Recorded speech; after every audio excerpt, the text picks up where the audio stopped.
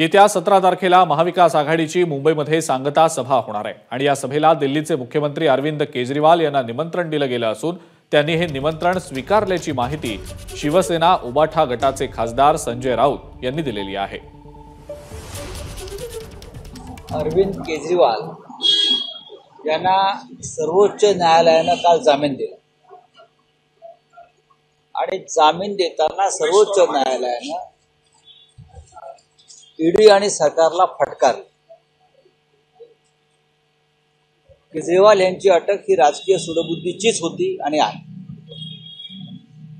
काल केजरीवाल यांना अंतरिम जामीन दिला आणि ते आता प्रचारात सहभागी होते आणि 17 तारखेला मुंबईत लोकसभा निवडणुकीच्या निमित्तानं महाविकास आघाडीची सांगता सभा आहे मुंबईत। त्या सभेला आम्ही अरविंद केजरीवाल यांना निमंत्रित केलेलं आहे आणि त्याने आमंत्रण स्वीकारलेलं आहे। एबीपी माझा, उघडा डोळे बघा नीट।